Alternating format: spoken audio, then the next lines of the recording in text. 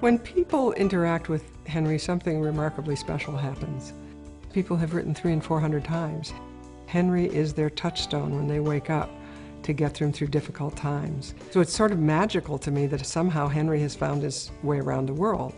When we met Henry and we brought him to the vet gave us the option of euthanasia because he wouldn't make it as a three-legged cat in the mountains. He'd be eaten, or to amputate. So the plan was, we'll have surgery, we'll help him recover from surgery, and then we'll find a home for him.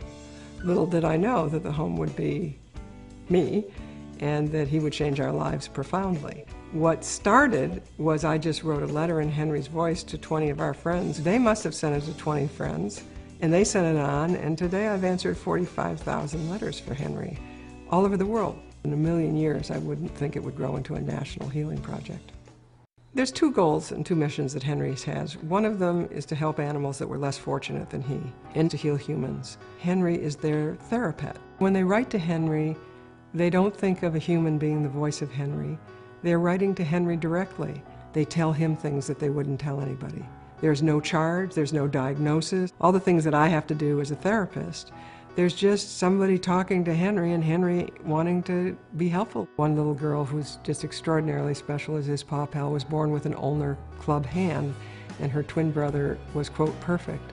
And when she met Henry through emails, she said, I have a special paw like Henry, and it changed everything about how she felt about herself.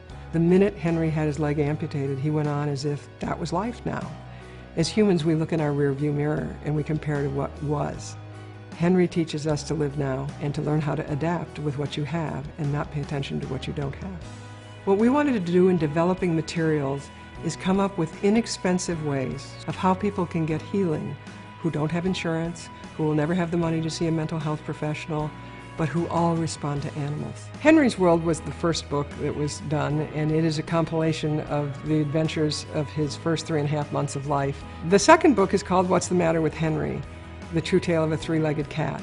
That book was done more deliberately as a teaching tool. Our hope is to Henryize everything, to bring it into the school system, to take bullies and turn them into buddies, to turn obstacles into opportunities. Another one of his big beliefs is just because you can't do everything doesn't give you permission to do nothing. And that's the message of these animals. Do what you can, use what you have, don't pay attention to what's missing.